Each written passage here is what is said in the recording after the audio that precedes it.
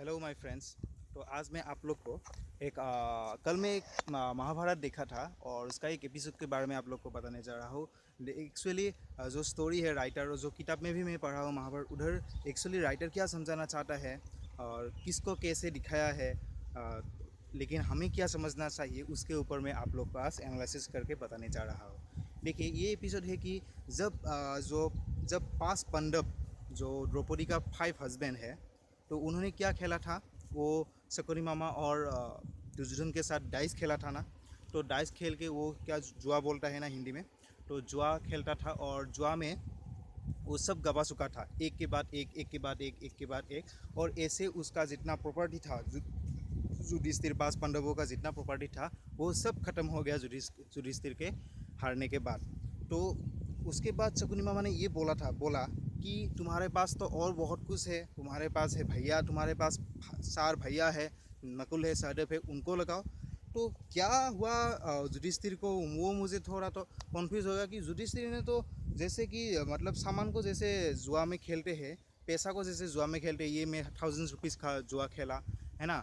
तो डाइस तो ऐसे ही नकुल और सहदेव 1 बाय 1 सबको मतलब जुआ में लगा दिया और ऐसे ही मतलब अर्जुन सब और उसके बाद अपने आप को भी जुआ में लगा दिया, एक सामान के जैसा अपने आप को कन्वर्ट कर दिया और जुआ में हार हार हार गया। और वैसे ही दुर्योधन का दास बन गया। उसके बाद बोला कि अभी युधिष्ठिर ने बोला कि मेरे पास तो और कुछ भी नहीं है, तो मुझे अब खेल खेल ख़त्म करना ही होगा, मेरे पास और कुछ भी नहीं है। तब शकुनी मामा ने बोला तुम्हारे पास और, सॉरी, कर्ण ने बोला कि तुम्हारे पास तो और एक चीज़ है, वो है तुम्हारा ये सुंदर द्रौपदी, जो कि बहुत अहंकारी है, ऐसा बोला। तो उसको लगाना ही पड़ेगा तुमको। तो वो तो मजबूर हो गया युधिष्ठिर, तो उन्होंने द्रौपदी को भी लगा दिया और ऐसे ही और उसी के द्वारा जो द्रौपदी है दुर्योधन का दास बन गई, है ना। तो उसके बाद क्या हुआ मतलब उस समय में क्या ऐसा सोसाइटी था, वो मुझे मतलब मुझे तो बहुत बुरा लगा कि ठीक है दास बन गया, मतलब क्या है कि दुर्योधन जो बोलेगा वो करना होगा, तो दुर्योधन के नीचे रहना पड़ेगा। वो चलो ठीक है, दास है तो दास ही रहना पड़ेगा।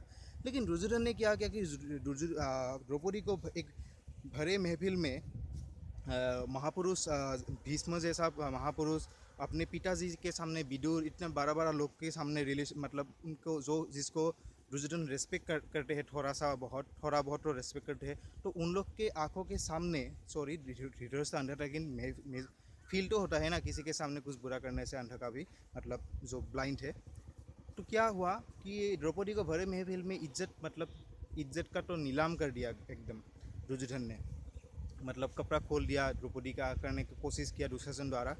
तो मैं ये अभी देखिए, हम जब महाभारत देखते थे, जब हम किताब पढ़ते हैं महाभारत के बारे में जब सुनते हैं, तो ऐसा क्या लगता है कि डायरेक्ट ऐसा हमको क्या फील होता है कि ये जो दुर्योधन है ये तो बहुत बड़ा कमीना है, बहुत बड़ा बदमाश है, इसको तो बहुत मारना चाहिए। और ऐसे ही मतलब जो भीष्म है, जी हाँ, सॉरी भीम है, तो उसको ऐसे ही गुस्सा आया था आप लोग को देखने, मतलब वो एपिसोड देखने से जैसे आप लोग को गुस्सा आया था, और भीम को भी ऐसे गुस्सा है कि तुम्हारा मैं जांगा तो तोड़ूंगा ही।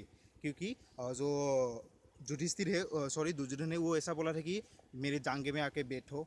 तो कर्ण ने भी ऐसा बोला कि इसके जांगे में आके बैठो, ये 5 पांडव का पति तो ऐसे ही है, तो से मतलब वाइफ ऑफ 6 हस्बैंड बनने से क्या प्रॉब्लम है, तो जांगे में आके बैठ जाओ। तो तब भीम को भी गुस्सा आया था, वो तो कॉमन है, गुस्सा तो आएगा ही। लेकिन अभी थोड़ा अच्छी तरह सोचिए कि इसमें जिम्मेदार मतलब ये जो द्रौपदी का जो हालत हुआ, ऐसा ख़राब हालत हुआ, इज्जत सब नीलाम हो गई द्रौपदी की। जो भी हो, मेरा हिंदी जो भी हो, मैं तो सच बात मैं तो बोल रहा हूँ, ठीक ना। तो कृपया प्लीज़ थोड़ा मतलब देखिए, अच्छी तरह सुनिए मैं क्या बोल रहा हूँ। तो क्या हुआ कि अभी देखिए, ये जो नहीं है, ठीक है, दुर्योधन बहुत बदमाश है, ठीक है, पापी है, वो ठीक है। लेकिन अभी जब वो करने के समय, जब अब बड़े लोगों ने जब रोका था कि ये तुम क्या कर रहे हो दुर्योधन, ये तो बहुत बुरा बात है, तब दुर्योधन ने एक बात बोला था कि जब युधिष्ठिर ने लगाया था दाव में, दाइस के मतलब खेलने के समय, तब आप लोग क्यों चुप रहे थे। अभी मैं हार गया तो आप लोग बोलने शुरू कर दिया। अभी अगर मैं हारा हुआ होता, अभी मैं जीता तो आप लोग बोलने शुरू कर दिया। तो अगर मैं हारा हुआ था तो आप लोग कुछ नहीं बोलते। तो ये क्या बात हुई, तो ये कोई राइट है क्या? तो ऐसे ही वो लोग चुप रहना पड़ा था, तो चुप रह गए। तो अभी देखिए, आप कैसे सिर्फ दुर्योधन को आप लोग गाली दे सकते हैं? वैसे तो वो एपिसोड में मतलब वो महाभारत में तो खुद भीष्म ने भी ऐसा बोला था कि युधिष्ठिर को ऐसा करना नहीं चाहिए था, अपने पति को दाव में नहीं लगाना चाहिए था। और धृतराष्ट्र ने भी कहा था कि ये तो हमारा परिवार का अपमान हो गया युधिष्ठिर ने जो किया। तो युधिष्ठिर को तो वो लोग भी रिस्पॉन्सिबल थोड़ा बहुत किया है, लेकिन अल्टीमेट स्टोरी में मतलब ऐसा दिखाया है कि सिर्फ विलेन दुर्योधन। तो मैं ये बोलना चाहता हूँ कि इस स्टोरी में सिर्फ विलेन दुर्योधन नहीं है। बात को थोड़ा समझिए, इस स्टोरी में विलेन है, पहले विलेन है ये जो है युधिष्ठिर, क्योंकि वो अपने पति को दाव में लगा दिया। अरे भाई, पत्नी है आपका, पत्नी कोई सामान नहीं है, दुकान से खरीदा हुआ सामान नहीं है कि आप जो मन आया वो ही करूँगा। चलो आज वो मेरा पति है, लेकिन मेरे पास तो आज पॉकेट में पैसा नहीं है, मैं तो जुआ में से भर गया, तो ये ही मैं दाव में लगा देता हूँ। अब ये तो अगर तुम जीत गया तो, अगर मैं हार गया तो तुम इसको जो करना है वो कर सकते हो, मैं कुछ नहीं कर सकता क्योंकि मैं हार गया। ये कोई बात हुआ क्या? वो क्या आपका पत्नी है भाई? आपने जब शादी किया था, जो मैं युधिष्ठिर जी को बोल रहा हूँ कि आपने जब शादी किया था तब आपने अग्नि देवता के सामने कुछ प्रतिज्ञा किया था कि नहीं, कि उसका सम्मान रक्षा करना मेरा कर्तव्य है, दायित्व है, वो सब किया था कि नहीं, है ना? शादी करने के समय तो वही प्रतिज्ञा करते हैं ना, जो धर्म भी हो, जो भी हो। तो वो क्या हुआ? तो सामान है क्या? ये पत्नी है और एक जीव है, एक लड़की है, एक महिला है, आप कैसे ये दाव में लगा सकते हैं? तो ऐसे ही मतलब पहले तो रेस्पॉन्सिबल विलेन है युधिष्ठिर है ना? वो मतलब सामान, चीज़ और जीव, मतलब जो जर है, मतलब नॉन लिविंग है और लिविंग है, उसका डिफरेंस युधिष्ठिर को मतलब कुछ समझ मतलब युधिष्ठिर को आता नहीं है। वो समझता है कि जो लिविंग है, नॉन लिविंग है, ये सब सेम है। मैं ही राजा, मैं ही बड़ा हूँ, तो मैं जो चाहता हूँ वही करूँगा। तो मैं मेरा पत्नी को मैं आज बेचा ना। तो ये कैसे आप, मतलब आप मुझे बताइए कि आप लोग जब शादी करेंगे किसी लड़की को, आप लोग ऐसे करेंगे क्या? चलो मैं बेच दिया आज उसको, मेरे पास पैसे नहीं, आप लोग ऐसे करोगे क्या? ये राइट है क्या? ये सोसाइटी का, हमारा आज का सोसाइटी का ये परंपरा है क्या? नहीं है ना? मैं लड़की को भी बोलना चाहता हूँ, आप लोग को ऐसा करेगा तो अच्छा लगेगा क्या? वो अपना पति ने आपको बेच दिया, उसके पास पैसा नहीं है। तो वैसे ही युधिष्ठिर रिस्पॉन्सिबल है। अभी देखिए, और एक बात देखिए, जब द्रौपदी जी को जब वस्त्र हरण किया दुर्योधन ने, तब ऐसा द्रौपदी ने ऐसा बोला था कि मैं कुल वधू हो, तुम ऐसे कैसे कर सकते हो? लेकिन बात इधर कुल वधू का नहीं है, बात इधर नारी के सम्मान का है। और देखिए, अगर दुर्योधन अगर वो दास भी बन गया, चलो ठीक है, दास मतलब क्या है कि तो उसका आज्ञा पालन करना पड़ेगा, लेकिन इसका मीनिंग ये है क्या कि वो उसका इज्जत भगवान ने सृष्टि किया है वोमेन को, नारी जाति को। तो कैसे दुर्योधन एक दासी का इज्जत नीलाम कर सकते, वस्त्र हरण कर सकते विदाउट हर परमिशन? उसका परमिशन अगर लेगा, तो वो अगर राज़ी है वस्त्र हरण करने के लिए, वो राज़ी है, मतलब दुर्योधन के डरा वो दासी, तो तब ठीक है, तब वो क्राइम नहीं है, ठीक है। मेरा दासी को परमिशन ले लिया, परमिशन मतलब तो ऐसा वो राइट है। लेकिन विदाउट हर परमिशन कोई दासी का इज्जत ऐसे लूट सकता है क्या, एक भरे महफिल में, वो भी अपने पिताजी के सामने?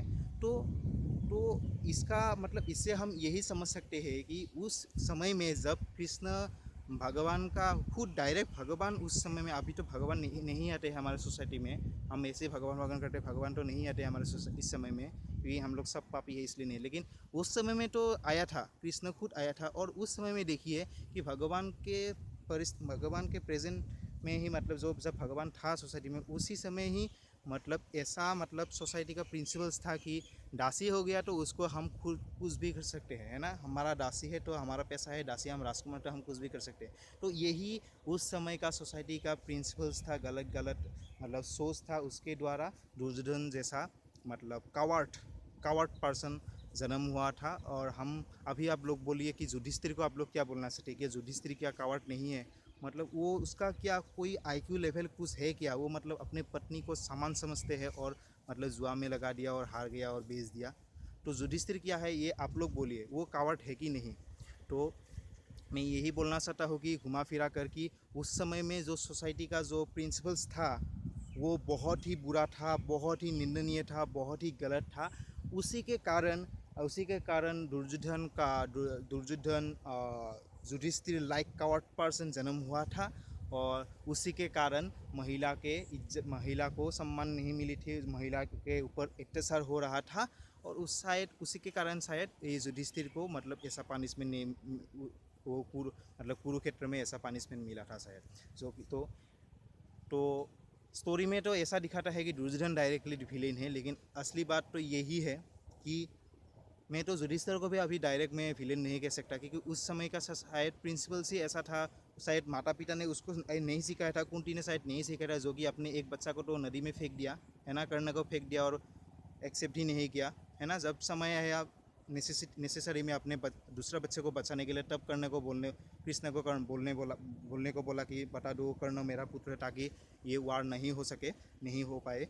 तो जिसका मातृ ऐसा कर सकते हैं, तो बच्चे को भी अच्छा शायद कुछ नहीं सिखाया होगा कि इज्जत कैसे करना चाहिए अपने पत्नी को। तो इसी के कारण शायद युधिष्ठिर को ये सोच आया कि मैं अपने पत्नी को ही सामान जैसा बेच दूँ जुआ में और हार दूँ, जो करे इज्जत लूटे, जो करे करो।